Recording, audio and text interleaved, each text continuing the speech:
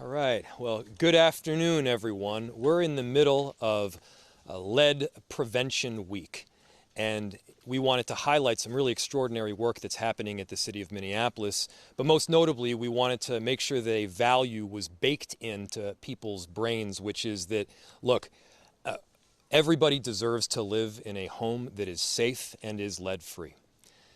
This is not an issue that I personally came in to work at the City of Minneapolis thinking a lot about. The more that you learn, though, the more that you understand that there are drastic implications to lead poisoning. The more you learn, you also recognize that we have these 100-year-old homes throughout the City of Minneapolis that have some form of lead in them, and abatement is not just necessary, it's absolutely critical. It can save people's lives. It can prevent all sorts of behavioral issues, learning disabilities. And what you start to recognize is that when you get significant lead poisoning over a long period of time, it's permanent. The ramifications are serious, but here's the thing, we can do something to help. And so we have a Lead in Healthy Homes team here at the city that has been doing some extraordinary work over the last several years. From 1998, we've devoted about $60 million. We've got $3.5 million that are ongoing, and we've added an additional $1 million to this budget in 2025. I give you these numbers not because the figure matters in and of itself, but behind those dollars, it shows our ability to help people. We're able to go into a home, inspect it, and of course we're making sure that the floorboards aren't busted, and we're making sure that the home is up to spec, but we also can make sure that the home is healthy and that it's safe and that there is not significant lead poisoning in it. Everyone deserves to feel safe and healthy in their home. And if you think about how you use your home, whether you're hanging out with your family, you're eating dinner, you're watching TV, or you're just able to rest and have some form of respite so that you can meet the next day, you can't do that if you're worried about getting lead poisoning. And so we have homes all throughout the city right now that are being abated because of this incredible team. There are so many people that have stepped up in brilliant fashion to help. One person I do want to mention, who is a mom who lives here, is Jamie Lauder. Back just a year or two ago, it was recognized that there was lead in her homes. Her kids had increased lead in their blood. And so it was essential to take action and take action immediately, and thankfully you did. You worked directly with our team. We made sure that lead was abated in full. We made sure that that home was a safe and healthy place to stay. And guess what? The lead levels dropped. So you acted to prevent what could have been a disaster. We acted to make sure that kids throughout our city, no matter which zip code you live in, can be safe. This is something that should matter to people because the ramifications are major. And so I want to thank so many people that have worked to help make this happen. I want to give a big thank you to our Minneapolis Health Department Commissioner, the whole Minneapolis Health team, to Damone Chaplin, to Deputy Health Commissioner Patrick Hanlon, the Health Department's lead team, including Fardoza Omar and Balvina Balistrieri, Alex Volmer, who manages the city's Lead and Healthy Homes program, thank you. Director of Hennepin County Public Health, Sarah Holly, and Hennepin County Nurse Amy Waller, and our partners from the U.S. Department of Housing and Urban Development, and Jim Cunningham, and Joe Miller, David Nuccio, and Joel Mansky. We could not do this work without partnership. It is this partnership that quite literally saves lives. This is an area where there is full unity and where you can see government not just doing something to do it, but truly helping.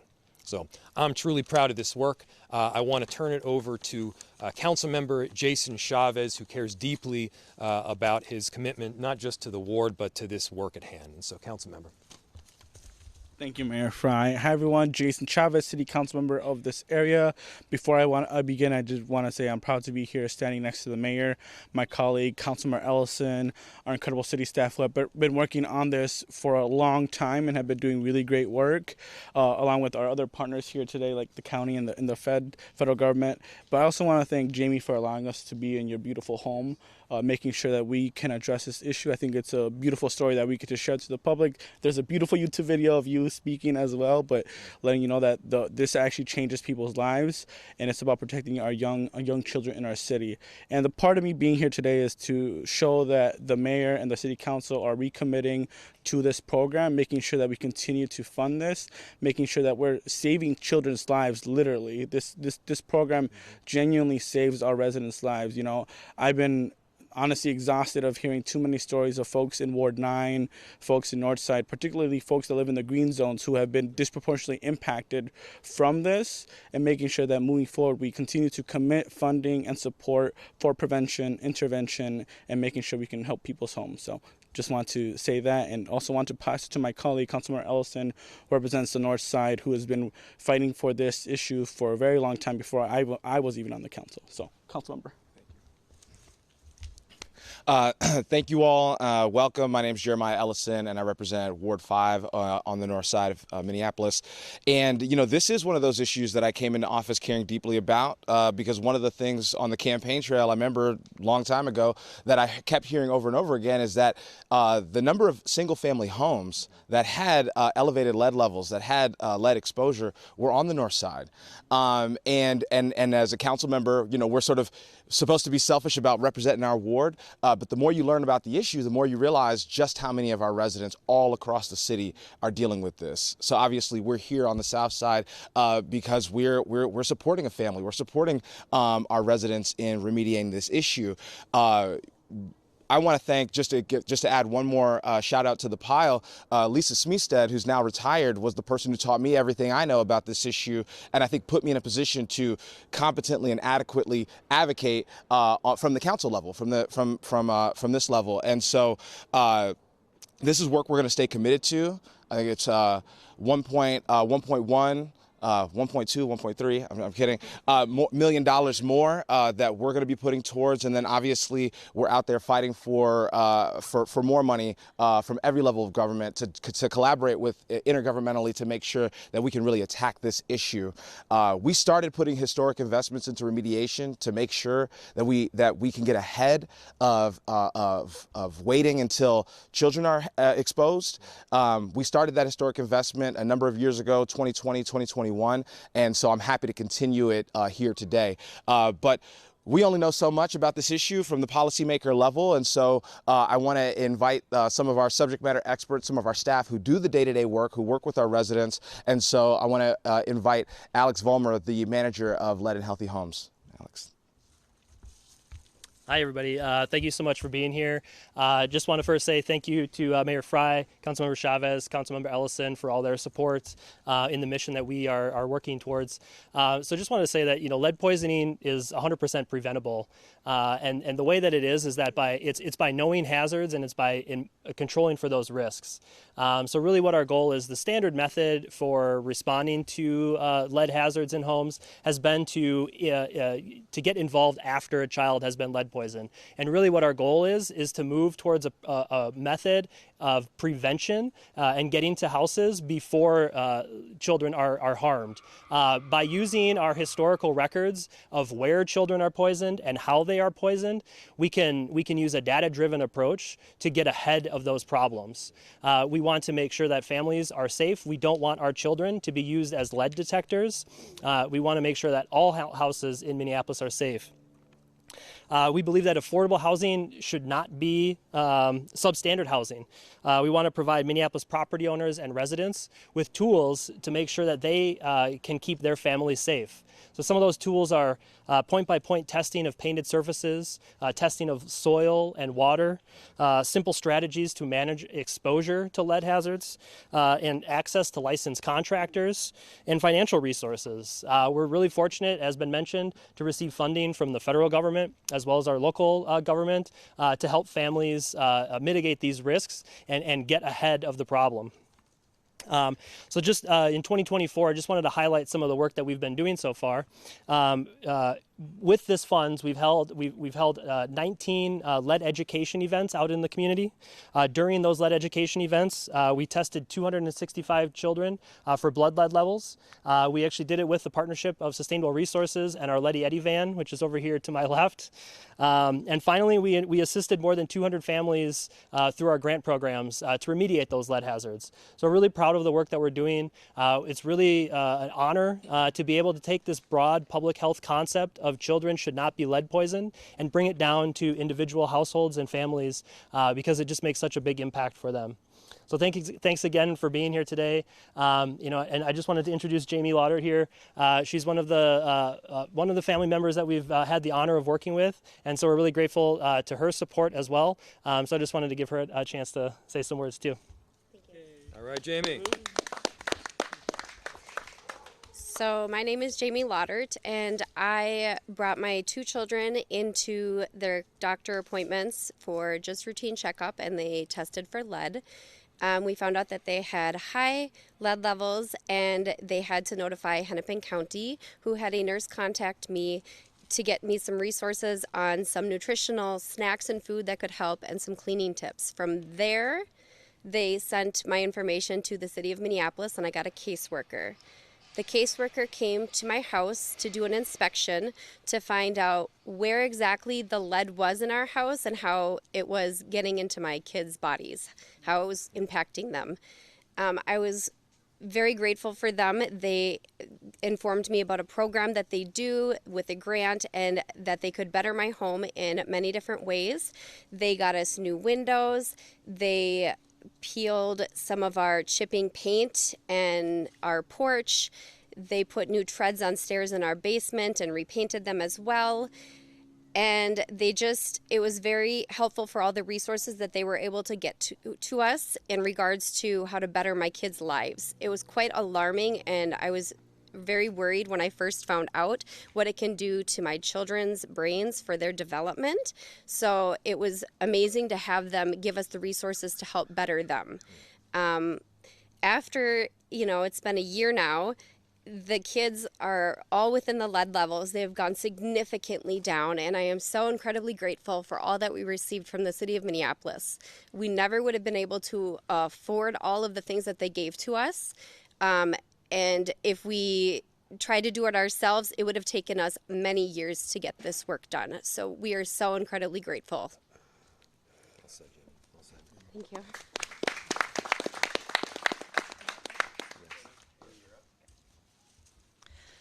Hi everyone, I'm very honored to be here today, and thank you all for all the work you do on this topic. I'm here today because unfortunately lead poisoning continues to be a concern in our community. In 2023, there were over 100 cases of lead poisoning in Hennepin County, which is when the level of lead in the blood is greater than 3.5 micrograms per deciliter. I'm a public health nurse for Hennepin County. I do home visits for families when children already have lead poisoning. As Jamie mentioned, I do provide education on nutrition and help monitor children's development and refer to any resources that might be needed, including basic needs, health insurance, things like that. We also can work together with the city to help make sure that families are getting their needs addressed. The reason why we do this is because lead is not supposed to be in our bodies. It's a poison, it's a toxin. It does damage the brain and the nervous system. The problem is you don't see those effects right away. So there's no signs or symptoms of lead poisoning. The only way to know that someone has lead in their body is to have a test, a blood test. And when children have those effects later on, it can cause problems with school, with learning in school, with growing and learning. And so there are lots of resources to help children who might need extra help in those areas, and that's part of what our team does, is help connect families with those resources. And not every child is going to have those effects, but you never know which child is going to be, so it's important for us to recognize early when there's lead poisoning and provide resources. The people who are most at risk for lead poisoning are small children, typically under the age of 6, and pregnant women who can pass lead to their unborn babies as well. Older children are also at risk, as well as people who are new to the country, people who travel out of the country a lot. But in Minneapolis, the most common population is small children who are being poisoned by their homes. So like I said, the only way to know that you have lead poisoning is with a blood test. That is typically done at the well-child check, as Jamie mentioned, at a routine check. So the doctors need to be screening for risk factors. All children age 1 and 2 should be tested for lead, and older than that, they should be tested as well if they haven't had a test before, or if they've moved houses, or if there's any risk factors like children with developmental delays who are putting things in their mouths a lot, which can cause the lead dust to get into their bodies. Two things to take away from what I said. One, lead is very dangerous, but lead poisoning is preventable. Learn what lead paint looks like. We want to be using these resources before children are lead poisoned. So if you have old peeling paint in your house, if you live in an old house, there are programs to help you through the Hennepin County and Minneapolis programs. The Hennepin County program offers free home visits to evaluate for lead paint. And then there are grants available to make repairs if they're needed. And the Hennepin County Healthy Homes program has helped more than 5,000 families since 2004 with removing lead from their homes. The other takeaway is to please get yourself or your child tested for lead. Thank you so much for having me today.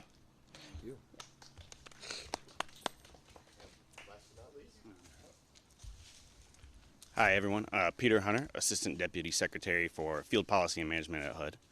I'm here today and happy to be here during National Poisoning Prevention Week to highlight the important work being done by Minneapolis to make sure that children and families live in healthy homes.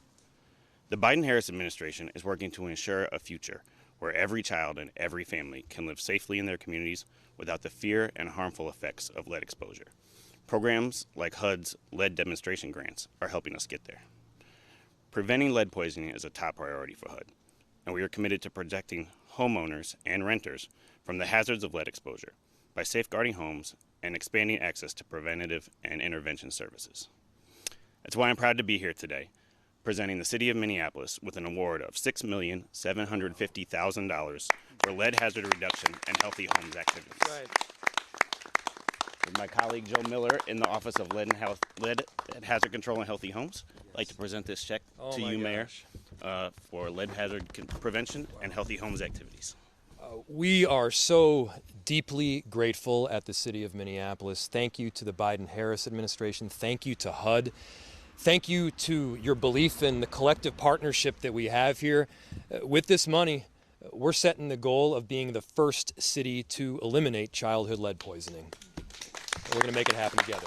Thank you so much.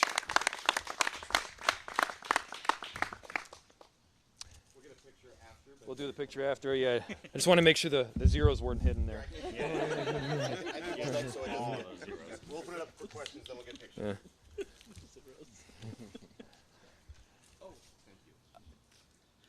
Are you going? Okay, we're open to any questions you might have. Do you have any estimate how many homes might have lead in them? It's a good question.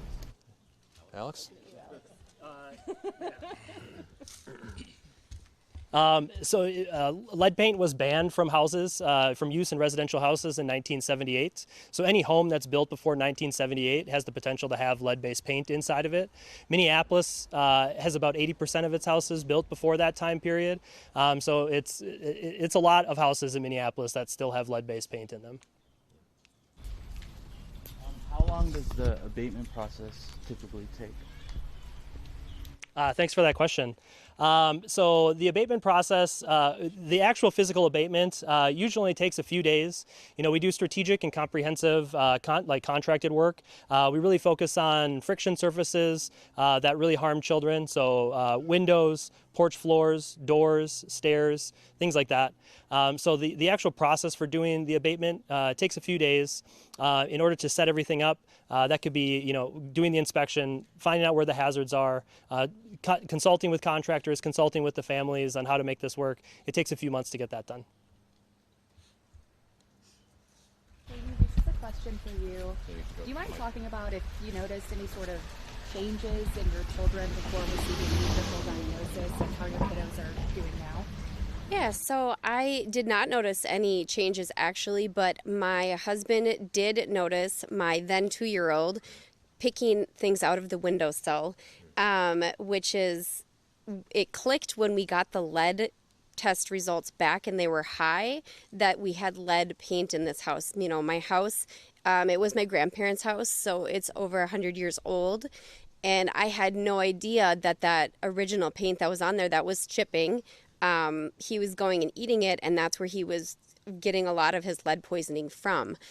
He and my youngest, so 4 and 2 now, are much better with their lead levels, and they only need to get screened once a year now. We were doing screening every like 3 months and just doing more things to kind of reduce things. Some of the things, we have lead in our soil, and so we had to cover up, our soil and things like that. Kids play outside quite a bit, as you know, so just really reinforcing the importance of washing our hands after we're touching anything. The two that had the high lead levels, they do put things in their mouth, including fingers. So, just really reinforcing the resources that we got from the county as well as the city of Minneapolis, and just really sticking to it really help to make our home safer. Thank you. Any other questions?